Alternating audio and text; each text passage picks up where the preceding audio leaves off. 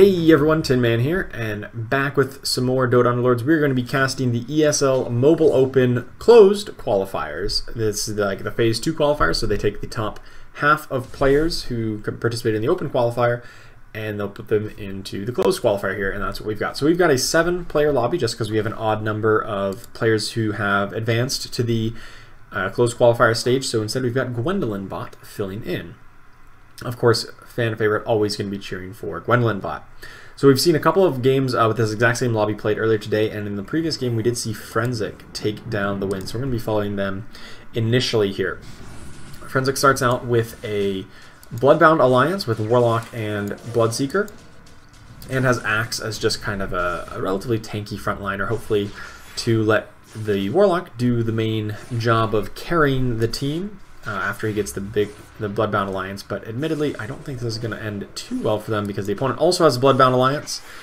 Or no, that's not a Bloodbound alliance. He was big, but he has been bloodlusted by the Ogre Magi. That was not a Bloodbound alliance. Still, Casa Blue does manage to take him down there with their early game Ogre Magi. Very strong early game. Alright, let's take a look at the full table here of what they've got available. So, did opt to pick up a Vitality Booster for Frenzic here, and we see Might also picked up a Vitality Booster. Maybe it's just a past bias that Vitality Booster has just never been all that great for me, that I'm just not thrilled about ever picking it up. I'd much prefer any of the other defensive options in Tier 1. But I guess sometimes it makes sense. So we do see a couple people picking up. It has been buffed a couple of times, and I guess proportionally it's not all that bad. We do see Ziggy here has opted for an open fort strategy, at least for a little bit. Did win round 1. And so this is something I guess I want to talk a little bit about, is what happened there is, I didn't quite catch exactly what Ziggy had on the first turn, but if you win the first round and then you sell off every unit, because you get 1 bonus gold for winning the round, you'll be able to sell up to 10 gold on round 2. So we see Ziggy's going to get bonus interest here because they had 10 gold at the start of the round. And then also, you still got to buy every unit from your round 2 shop, because your interest locks in at the start of combat, and then you can just buy everything and you're good to go, and you grab your interest. So I think going for this kind of semi-open fort, like losing streak strategy, is viable in exactly this situation, where you win round 1 so that you can get 10 gold for interest, and you don't really have any like pairings or 2-star units or like alliances that you really think, yeah, I can win the rounds with these, or this is powerful, this is something I can build around from your opening round. If you don't think you have anything really good there, then it sometimes makes sense to just sell off everything, get up to 10 gold, and say, I'm just going to grab interest early, and I'm going to lose these rounds. Hopefully lose by just a little bit, so you don't take too terribly much damage. And so that's what we're seeing Ziggy do here, with just running 2 units as opposed to 3, which everybody else can run at least 3 units. And we'll probably ensure that they lose, just because you only have 2 units to their 3 or 4, and that will allow them to keep a losing streak, get some rerolls, and really maximize their early income at the expense of some life total here. So we'll have to keep tabs on that to see exactly how this intentional losing streak plays out for them here. Definitely going to lose here up against 4 units on the other side. Maybe they can take somebody out while they're at it. Try to hopefully take out this Bat Rider here before they take too much damage. It does look like they take it down. That's got to be considered a win. Essentially, you got to mitigate as much damage as you can while running this type of strategy. And then you take as narrow of a loss as you can realistically get. So we'll check back in with them a little bit later. We do see Lust Trial here has a 2-star Timber Saw already, and has a good win streak together, and also has a 2-star Bounty Hunter, and that's a really big draw towards an early scrappy assassin insect kind of build, especially when you have the win streak. You can realistically level up here and not lose any gold. But there's also an Axe in the shop. That's interesting. Does opt to level up. I don't think Axe really wants to go in this build in any way. It's really hard to get any Brawnies or Brutes in with scrappies, just because for these kind of primarily defensive alliances, you like to just double down on them. If you want to add another frontlining defensive unit, you should probably just add another scrappy, right? Because you already have some scrappies, and then we get a higher tier of scrappy, and they're pretty good defensive options. And the scrappy bonus obviously applies to them. Whereas if you add an axe, yeah, you get a good tank, but you don't have any brutes or brawnies, and it would just be better, and he's not going to be affected by the scrappy bonus. So, and there's also no kind of overlap there. So I think you just pick up the axe because you can resell them for the same cost that you bought them for. It costs 3 gold to buy 3 axes, and you can sell a 2-star axe for 3 gold. So no real loss there, but as expected, Lustrel with that 2-star Timbersaw is a very strong build right now, and I would not be surprised to see this build probably complete a win streak, go on the full 8 rounds in a row. Just needs 3 more, and I really don't see too many builds except maybe like Nexus here with the 2-star Queen of Pain, maybe catching up to them in terms of power level over the next couple rounds, and even that Queen of Pain is probably not that great. 2-star Timbersaw did have to pick up a Claymore though. Not really the best of items. I guess it's okay on Weaver in the later stages of the game because he's got a fast attack speed at 1.1 attacks per second. So you get more uses out of that. But early on, Timbersaw is just going to be more survivable, so he's going to probably attack more overall just because he survives longer. Maybe not in this case because the Weaver does get to dash away and does have the scrappy buff on him as opposed to on the Timbersaw, but that's a little hard to predict. Even so, Timbersaw is still really surviving forever. Actually, Timbersaw's going to survive the whole time, it seems like. Wow. 17 life, not even close. Alright, good win.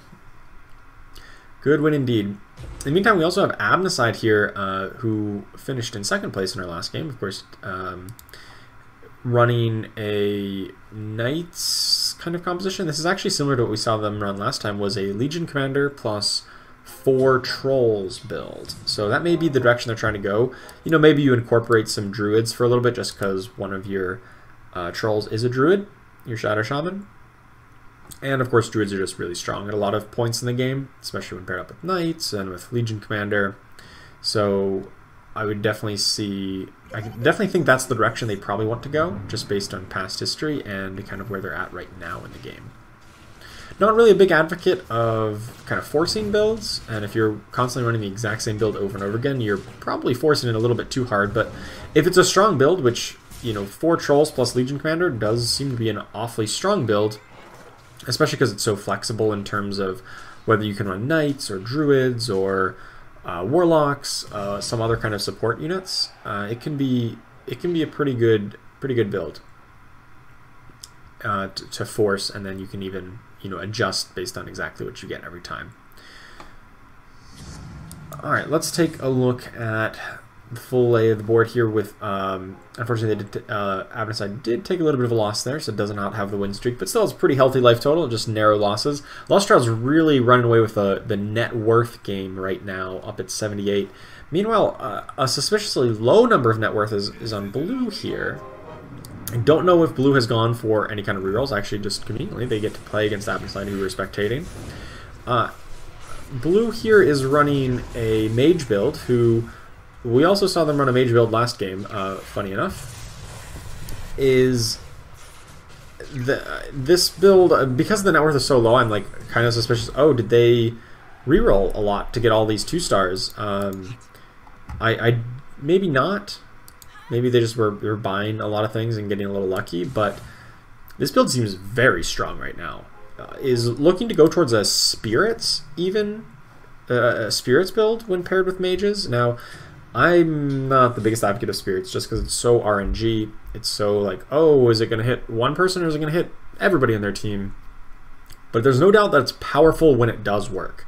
When it does trigger and it does hit opposing units, it does a lot of powerful damage and a lot of powerful effects from all of their elemental charges.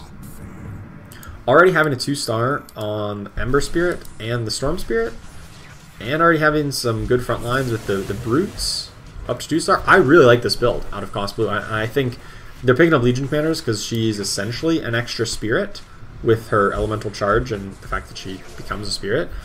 I actually kind of like where this build's going. And based on their total gold situation, I don't think they've been re-rolling. I think they've just been buying so many units that they've not been had a chance to get or have interest as much as everyone else. So that is one problem with having such a powerful early game build with all these 2-stars, is that you don't have nearly as much interest as everyone else. And your overall gold is definitely going to be quite a bit behind. Underlord choices here. We'll see where everyone ends up. With a mage build, you typically like high damage Hobgoblin, but I don't think they have that choice. They're instead going to go for Happy Hour Jull.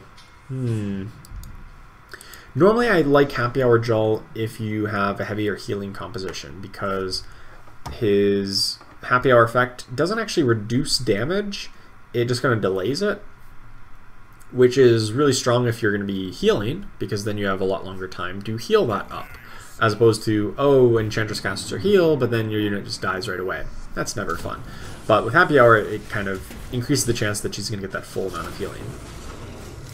I guess the logic here is that Jull is the tanky Underlord, the frontline tanky kind of guy, and you just need somebody on your front line if you're going to be running these kind of spirits and mages who have very good damage output, but they're very vulnerable. And so if you're running Axe and Ogre Magi, Jull, I guess, makes sense, although I'm sure they would have preferred aggressive tank Jull if all they're using him for is a tank. But it is seeming to work out pretty well for them here. Unfortunately, Lustrell did complete the win streak as expected, but did take a big loss there for 10 damage. Wow. Down against Abnecide here. I kind of want to check out what how that one went down. Abnecide is running the a Knights comp, of 4 Knights plus Trolls, no Legion Commander in sight. Is also running healers with Healing Enno, with Dr. Enno's Soothing Balm. He is a very good doctor, and his healing output is rather substantial. I think, can we get the results for that healing? Yeah. Look at Enno's healing, 4,800 healing with that Healer Alliance plus the tanky Knights, out-healing even Enchantress. So that just really goes to show exactly how strong this new version of Enno can be, where he heals everybody on the team, also gets to yoink away a Vanguard. So the opposing Axe is much more vulnerable to attack here. Unfortunately, going up against Blue, who we did say has a very strong build. I don't know if this Enno build is going to be good enough. They are holding pretty firm here. The Spirit build has not really actually come together just yet. They don't have the full Spirit lineup. And yeah, this healing on these Knights is just keeping them up. It felt like a lot of damage came out, but just as much healing came out to keep everybody just topped up. Yeah, 5,000 healing from Enno, 3,500 from Enchantress. And the damage taken, I mean, a 1-star Omni Knight took 3,500 damage. He's got 1,100 HP, so he got healed for, 2,400. There's a very tanky frontliner there. So very impressive how strong this build looks at the moment with this version of Enno, who does a ton of healing. Well, especially with Healer Alliance. So really liking with this. Unfortunately, the bane of all healers is Assassins. The Assassins are going to jump in and just absolutely shred through this healing, because every time they crit, they're going to reduce the healing output. The Assassins are looking like they're going to take this. This Queen of Pain is still pretty strong. A little close, actually. No. Looks like the Assassins do not quite have enough to punch through this. This is still a really strong 2-star Chaos Knight, really strong 2-star Sven. And despite the fact that the healing has been reduced, it only gets reduced if they crit. And even then, only for a few seconds. So this early on, just the 3 Assassins that the opponent Nexus here had was not quite enough. Actually, it was 5 Assassins, but it was only the 3 Assassin Alliance. So it was not quite enough to cut through all of that healing. You have to imagine, though, that once they get up to 6 Assassins, that'll be a bit more of a compositional counter to this kind of healing-focused build. Very interesting build. That's why I'm focusing so much on it, because it's not a build that I've seen too terribly often, especially not succeeding against this kind of a lobby here. I'm going to go up against Ziggy here, who's running a Brawny Brute Bloodbound build made to a big-time contract. Ziggy was the one who was going on an early losing streak, the intentional loss streak, and has decided that this is a build that no one is really competing for them, or competing with. And then that's one of the other benefits of kind of going on an early losing streak is you get lots of rerolls, and you get a lot of time to figure out, oh hey, no one's doing this strategy. And that means that you can kind of move into it with all those rerolls, and you're probably going to be uncontested. And they saw that this strategy was open. The problem is this build from Abnaside with the 4 trolls plus the healers is just absolutely shredding through everybody. The healing is insane, and from the Eno and from the Enchantress to an extent. And who needs your damage output when you got 4 trolls? Like, your healers are eventually just gonna damage them out. How much damage? Bat Rider was the highest damage dealer by far. Eno actually deals a reasonable amount of damage, but like, those are your main damage dealers here. They're just slowly chipping away at them. Meanwhile, just being always healed up to full. So I'm very impressed with how this build is playing out here for Abnaside right now.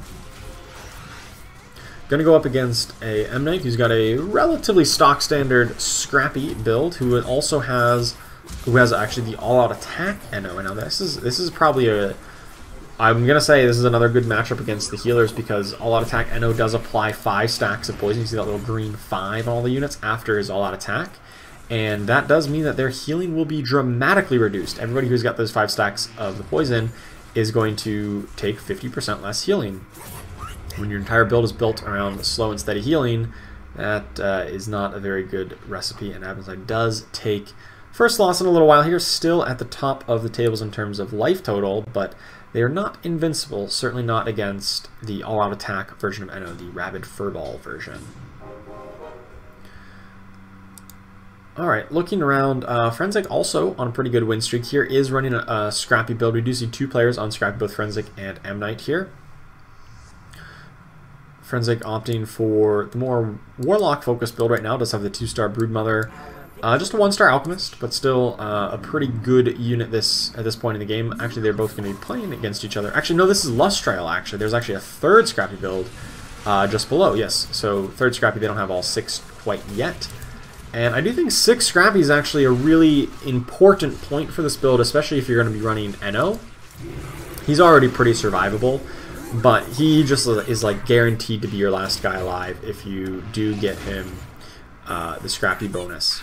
And even from Lustrile's perspective, they probably really wanted that bonus defensive capability on their Nessex to let her survive a little bit longer. She just kind of got caught up in some AoE and just could not quite get things really off the ground here. This is a really close one.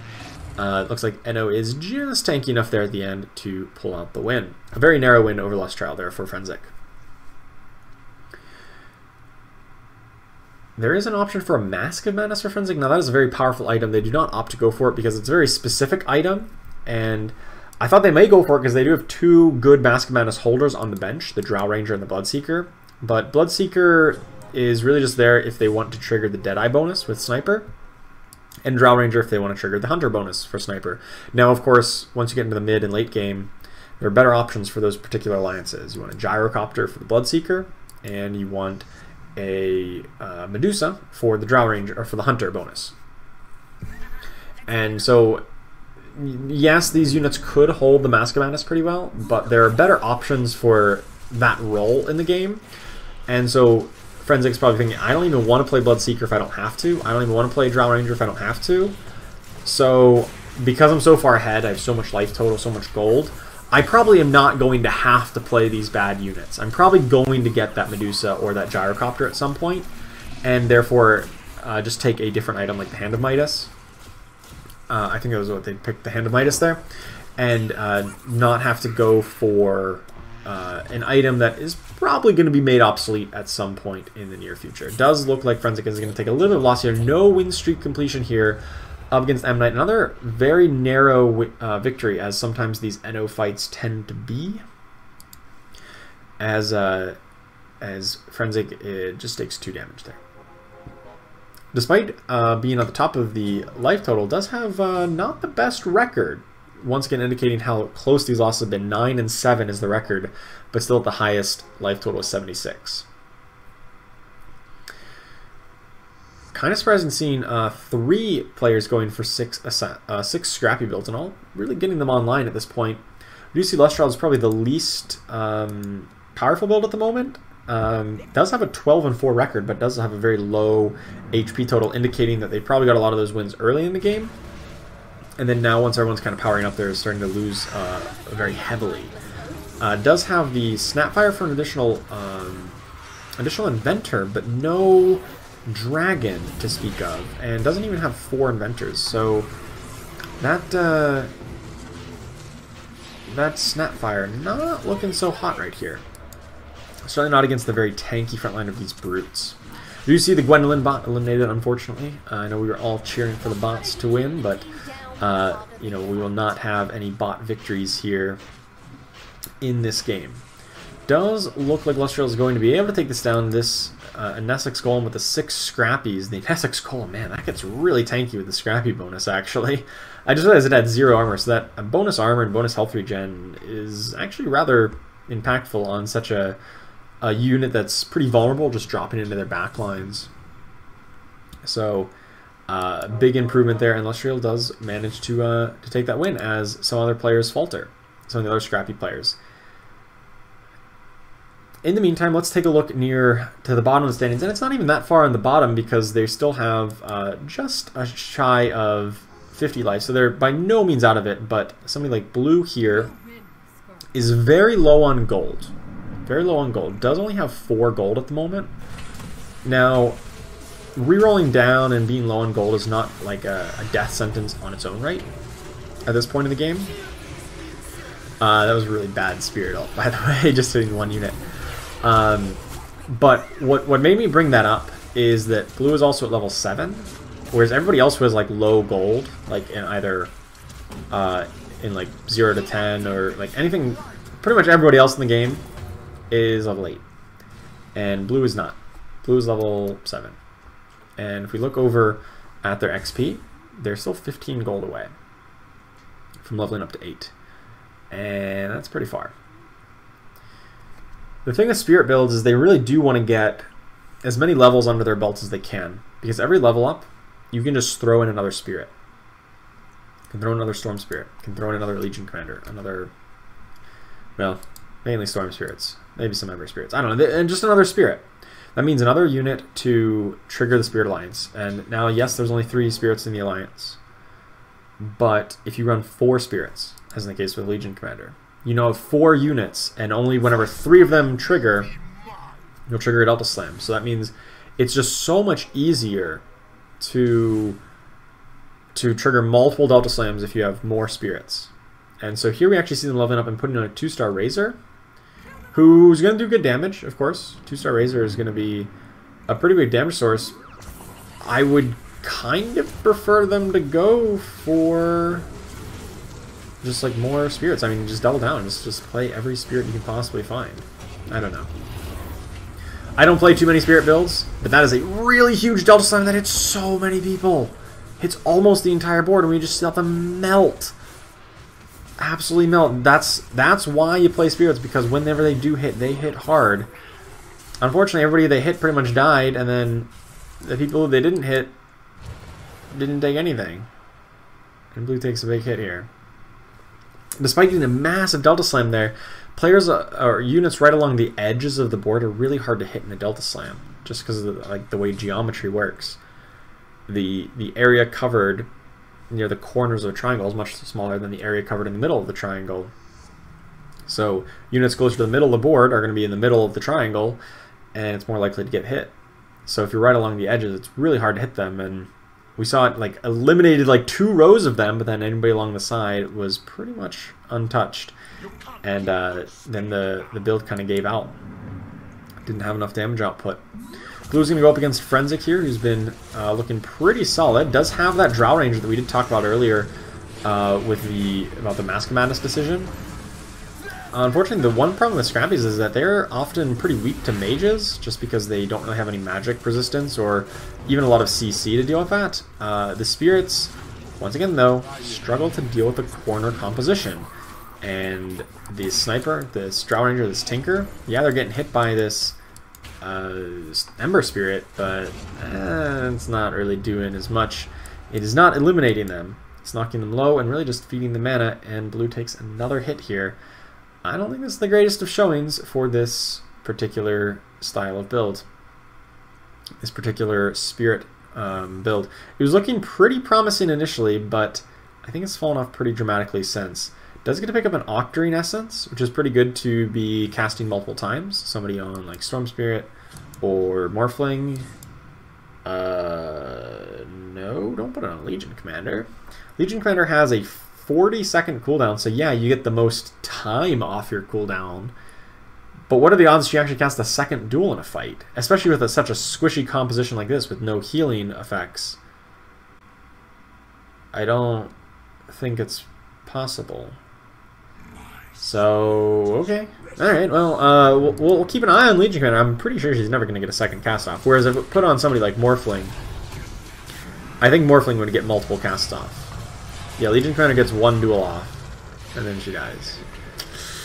She survived like 1 or 2 seconds after her duel, not 28.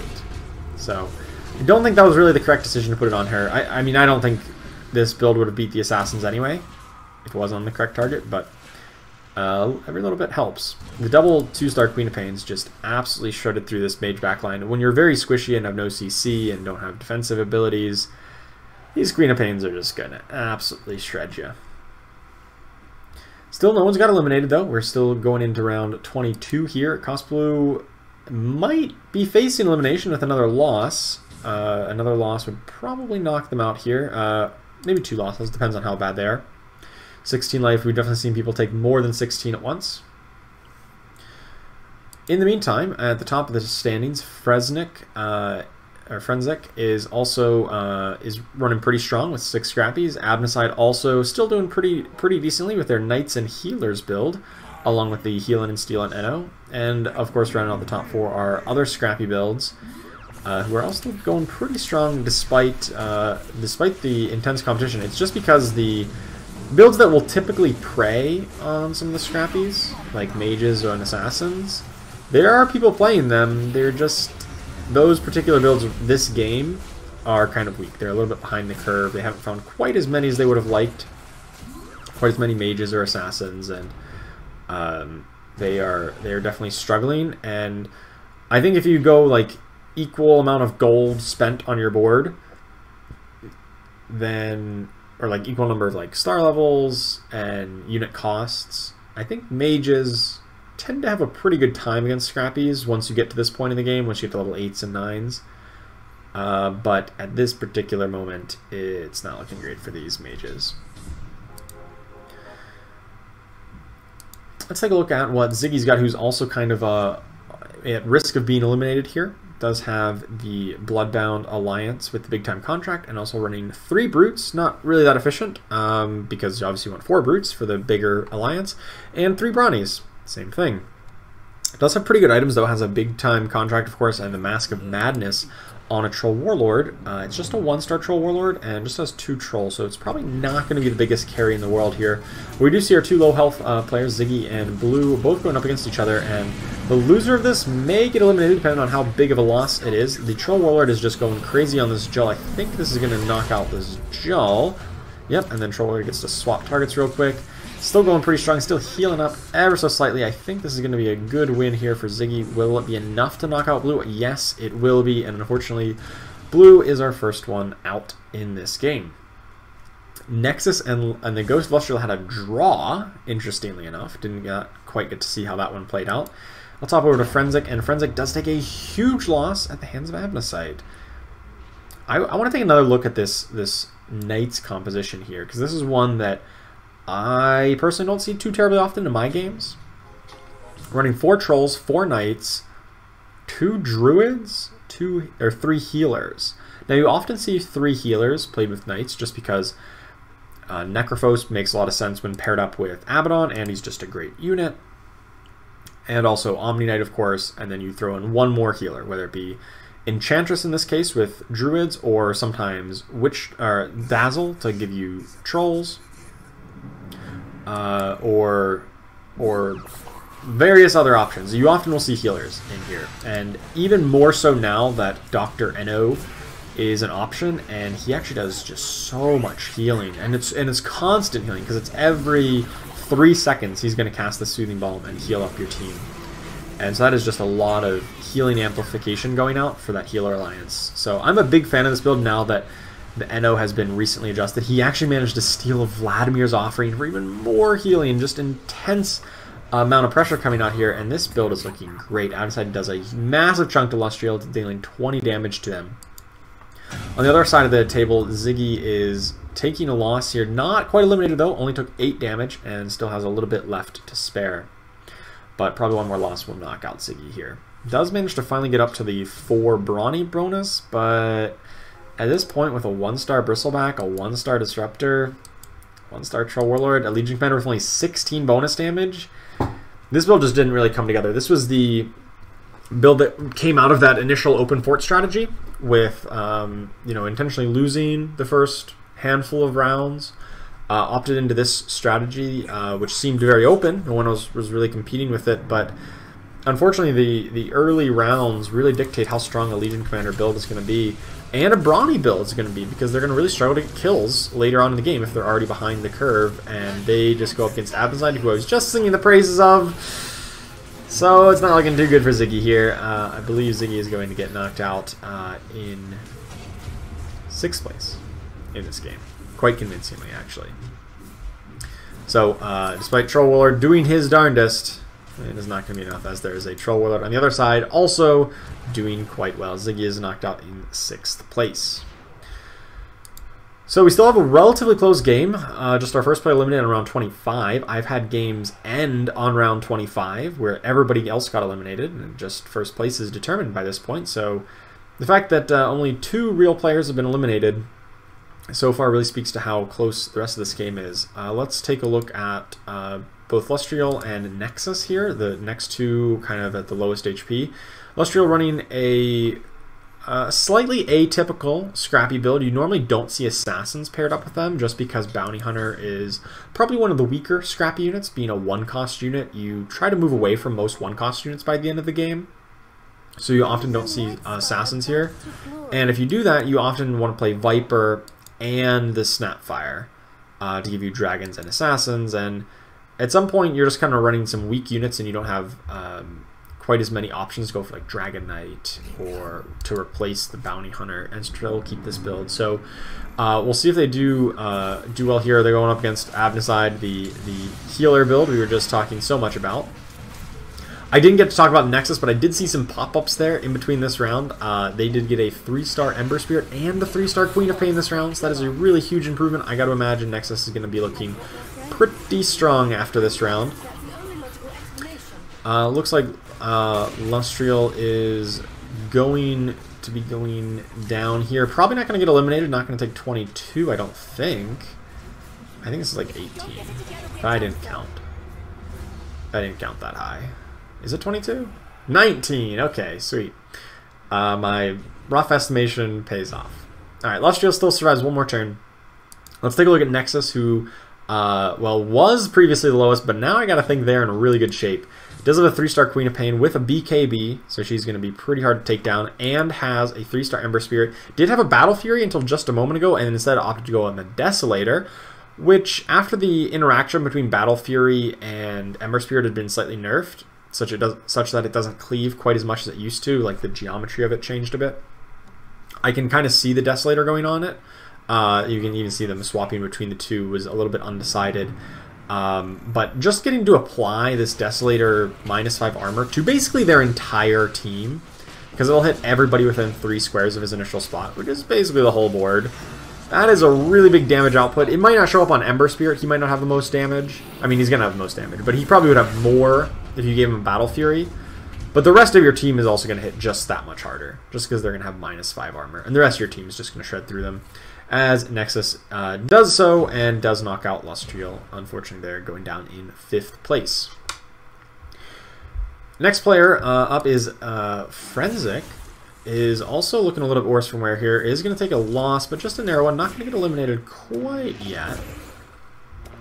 But is going to take a few bits of damage this turn. Dropping down into the single digits with just 9 life left.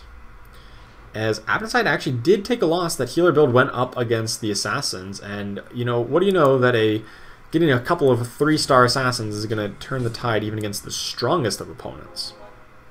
Especially one that is focused on healing so much, with the Healer Alliance, the Necrophos, the Healing NO. The fact that there's still an Assassin player left in the game has really got to give Abnaside a little bit of cause for concern here, because it was looking very much like the game was in the bag for Abnaside. They were just running away with it. They had very strong comp. They had good scaling options. And then there's an Assassin player who just got up to 2 3-star Assassins, and they're really good ones. I gotta think Assassins are probably going to take this game. I don't really see a build right now that can really compete with them. This Knight's comp is just going to open up just a little bit. The Ember Spirit is going to jump in, and once Ember Spirit casts, is just going to apply the Desolator debuff, and probably, assuming it crits any amount of times, the crit debuff and healing debuff to the entire team, and it's probably just going to shred right through them. And it's going to be hard to deal anything about that, because it, of course, is a 3-star Ember Spirit who's going to be very tanky before getting off its cast. So we'll see how it all plays out. Abnaside is about to take out Frenzic here. Frenzic knocking down in 4th place, as the healing output from this healer Knight's composition just was clearly too much for this Scrappy build to deal with. Scrappies typically lack some damage output into the later stages of the game, unless you can get something like Medusa and 2-star Gyrocopter, 2-star Medusa, or a 3-star Tinker, which I don't believe Frenzic had any of the above, as he was on a 6-round loss streak and did get knocked out there. So now we're down to 3. Honestly, my betting money is on these Assassins. I just am a firm believer in 3-star Ember Spirit. We do see them going up against Abnaside here, and we'll see exactly how strong that is. The Ember Spirit is off to the side, which is probably not ideal. It does blink in a little bit closer, but still some people on the corners are not going to get hit by his ability. This Sven and this Bat Ride in particular are not going to get hit. I don't know if that's enough of a safe haven, though. It does look like... oh, it's going to be close. This Chaos Knight's pretty much untouched. So is the Sven. As we said, he did not get hit by that initial Ember Spirit cast, and it does look like they're able to take it down. The Focus Fire is just not there on the big damage dealers, the Chaos Knight, the Sven. A lot more AoE focus with the Queen of Pain and Ember Spirit. Could not take down the big damage dealers later in the fight, especially the Sven, escaping so well. Maybe if you're Nexus here and you're thinking, okay, I need to deal with a stacked up composition, maybe you swap the Battle Fury back over to the Ember Spirit, just because it'll have a lot of cleave potential. I know it's a close debate, but especially against really stacked opponents, I think Ember Spirit Battle Fury is still a touch stronger. If they take a big loss here, though, they may be facing elimination. They go up against the same matchup, did not make any kind of adjustments in terms of, or not any major adjustments really. Oh wait, was that a Faceless Void? I don't think that was there last time. Maybe that was a major adjustment actually. Also a good one against stacked up compositions. Ember Spirit could not get another cast off. He was just about to cast one more time as he died, which obviously would have cleaned up at least some of this mess. So I do think Nexus is going to lose here, but probably not get eliminated. Maybe even had a chance to win if that Ember Spirit had cast one last time. Nexus drops down to 5 HP. On the other hand, M Knight does take a win over Abnaside.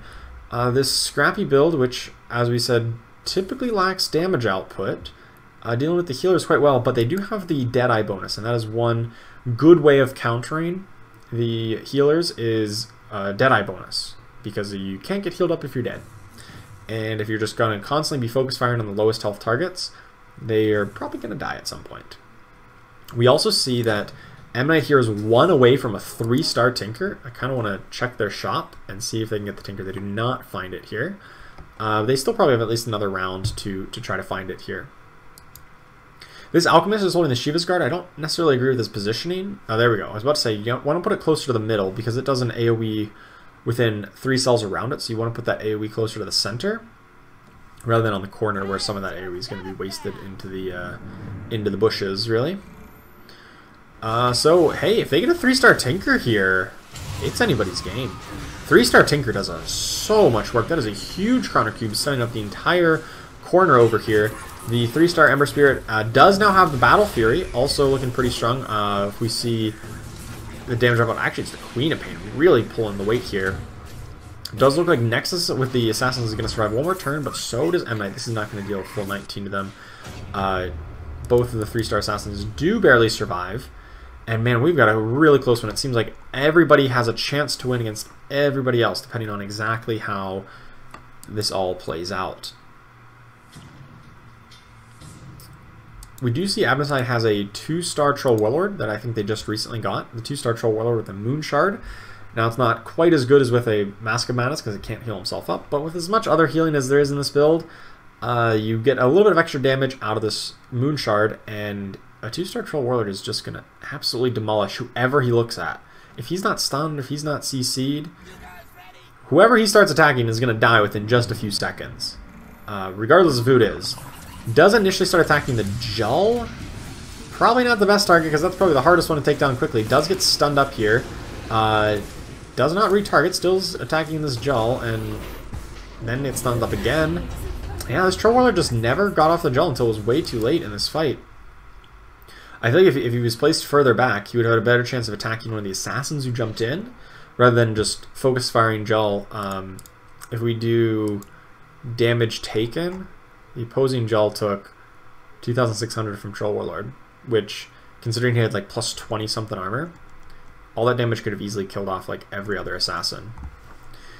As I was talking so much about that, M-Knight does unfortunately get eliminated in 3rd place at the hands of Abnaside. So no 3-star Tinker to be found there.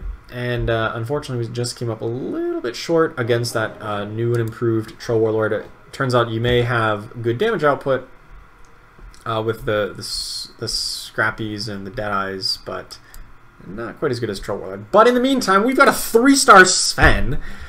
I struggled to keep a straight face there while I finished that previous thought. That's a 3-star Sven, and I just want to see how much damage he does. I haven't seen a 3-star Sven outside of knockout mode in like a long time, and like when he casts God Strength, like he's hitting for 1,300, and then there's like that cleaves. Oh my! I mean, he's hitting hard. I don't know if he's hitting hard enough. Look at that damage output. He is hitting hard enough. Troll Warlord gets to clean up at the end here. Nice stun on the Ember Spirit, and Troll Warlord makes short work fit. Abnaside taking down the win with a 3-star Sven over some pesky assassins. What a finish here. Absolutely impressive showing from this Trolls and Knights and Healers build that I think was really empowered by the new version of Enno. The Healin' and Stealin' version of Enno really powered this build through the mid game when they were just looked absolutely unstoppable with the healers, the Enno healing, the Knight's debuff, or the Knight's damage reduction. This build seemed very strong and had a very strong late game transition into 2-star Troll Warlord and into Sven. So despite the fact they're playing some relatively lackluster 1-cost units, Enchantress, Shadow Shaman, Batrider by the end of the game, they more than made up for it with the Troll Warlord and Sven. So thank you so much for watching, and I hope you enjoyed it, and I'll see you next time.